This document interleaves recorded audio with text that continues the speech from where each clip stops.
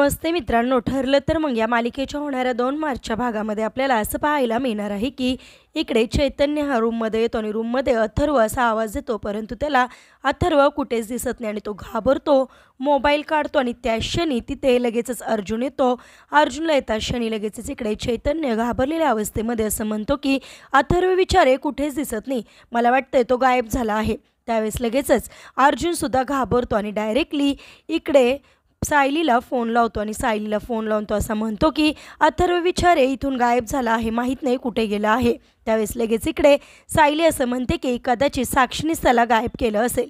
त्यावेळेस अर्जुन असं म्हणतो की आपल्या केसचा मेन साक्षीदार अथर्व विचारे आता गायब झाला आहे, तर त्या साक्षीचं कसं होणार.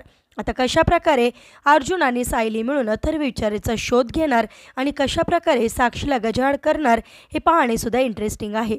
असेच मालिकेच्या पुढील अपडेटसाठी तुम्ही आपल्या रंजक मराठी चॅनलला नक्की सबस्क्राईब करा. थँक्यू.